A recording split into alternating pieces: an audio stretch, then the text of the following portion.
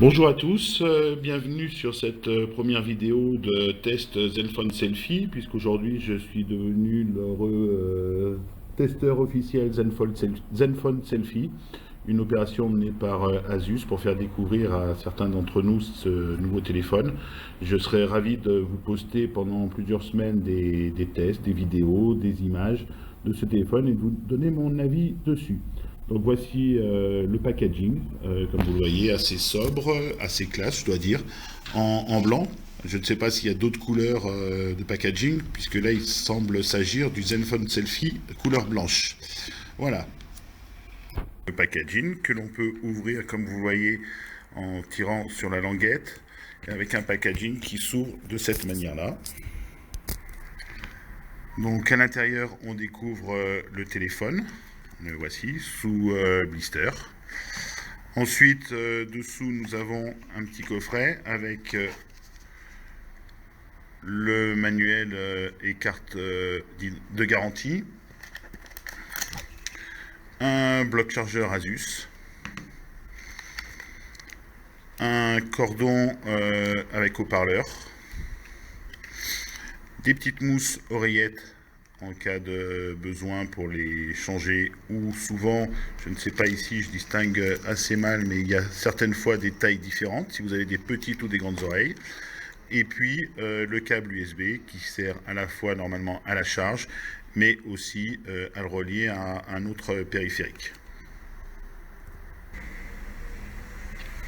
Donc le Zenfone, comme je vous faisais voir tout à l'heure, est protégé par un film plastique que l'on peut enlever par l'arrière.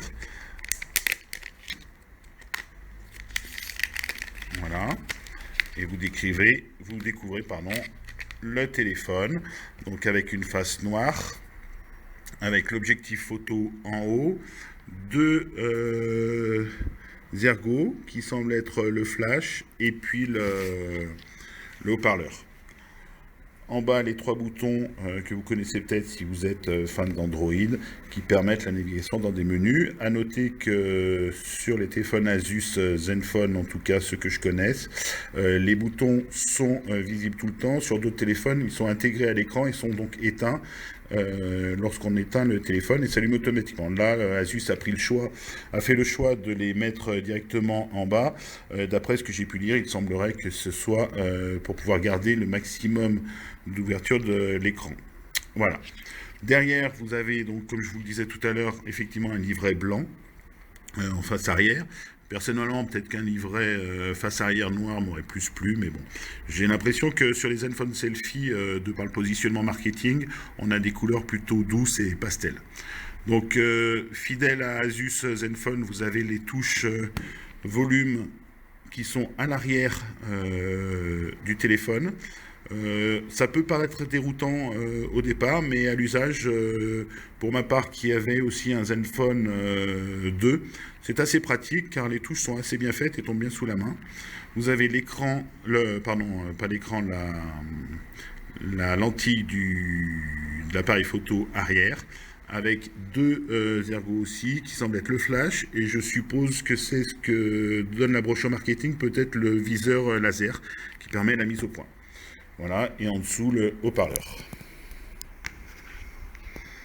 Alors, sur la face haute du téléphone, vous retrouvez la prise jack, un petit ergot, je ne peux pas vous dire ce que c'est, et la partie qu'on voit mal là, voilà, je fais la mise au point, qui permet d'allumer le téléphone. Alors, avant la mise en route du téléphone, on va insérer les deux cartes SIM, puisque le Asus Zenfone Selfie est un téléphone double SIM qui vous permet d'utiliser deux cartes SIM. Donc voilà, une fois la partie arrière enlevée, vous avez la partie sur la batterie, un endroit pour une SIM et un endroit pour une deuxième SIM, et vous retrouvez le bouton et les objectifs et les différents éléments. Donc il suffit de prendre une première carte SIM et de l'insérer doucement dans la partie qui lui correspond.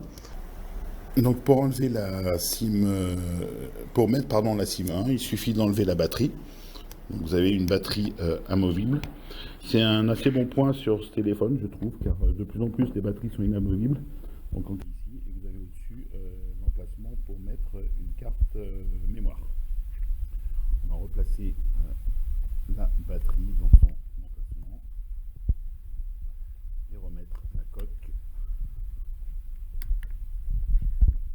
On remet assez facilement, il suffit de reclixer bien comme il faut, doucement, pour éviter de casser. Donc on va tout de suite procéder à l'allumage. Voilà, donc l'appareil s'éclaire et va se lancer. Donc une fois allumé à la première utilisation, vous devez rentrer le code PIN de chacune des cartes SIM que vous avez insérées en cliquant simplement dessus et vous rentrez votre code PIN. Je ne sais pas en termes de livraison usine si la batterie est complètement chargée ou pas. Dans l'expectative, moi ce que je conseille, c'est généralement de mettre en charge directement le téléphone. Ça évite pendant la période d'installation de se retrouver éventuellement avec un arrêt inopiné du téléphone dû au manque de batterie. Et ça permet d'avoir sécurisé. Voilà, donc dès l'entrée de l'ouverture, Android se met à jour et on a le système de configuration du téléphone. Vous allez choisir quelques éléments. Donc ici, on choisit d'abord le pays où on se trouve.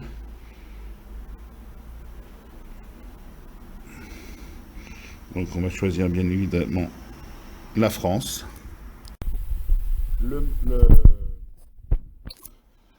type de clavier que vous souhaitiez utiliser. Si vous souhaitez vous connecter par réseau mobile Wi-Fi ou juste par Wi-Fi uniquement.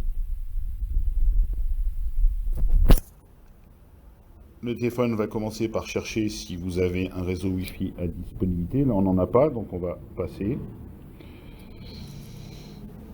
Et là, le téléphone va vous proposer de vous connecter à votre compte Google, puisque vous savez, tous les téléphones Android nécessitent un compte Google pour fonctionner, sur lequel est stocké l'ensemble de vos caractéristiques téléphone. Donc je vais rentrer le nom, mon adresse mail et puis les différents éléments pour pouvoir me connecter. Voilà, donc une fois qu'on a connecté son compte, ce que je trouve très intéressant, c'est que le compte Google repère la dernière utilisation, le dernier téléphone utilisé. Vous pouvez faire une restauration par rapport à celui que vous voulez. Donc là, on va choisir le téléphone que j'avais avant, qui était un Zenfone 2, et dernière utilisation aujourd'hui. Et il va inclure également toutes les applications que j'avais. Donc en cliquant sur suivant, voilà, j'accepte les conditions d'utilisation du service Google, je clique sur suivant et le téléphone va se restaurer à l'état initial de celui que j'avais juste il y a quelques minutes.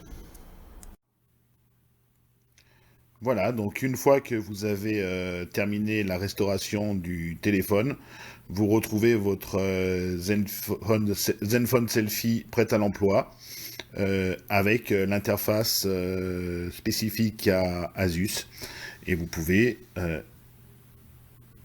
vous déplacer dans les menus et bien entendu téléphoner, prendre des photos puisque c'est quand même l'intérêt le plus important de ce téléphone et utiliser les différentes applications. Nous verrons donc dans un prochain extrait vidéo l'interface utilisateur, les caractéristiques du téléphone et puis nous commencerons bien entendu à prendre rapidement des photos. Merci de votre attention, je vous souhaite une bonne journée et à bientôt. Au revoir.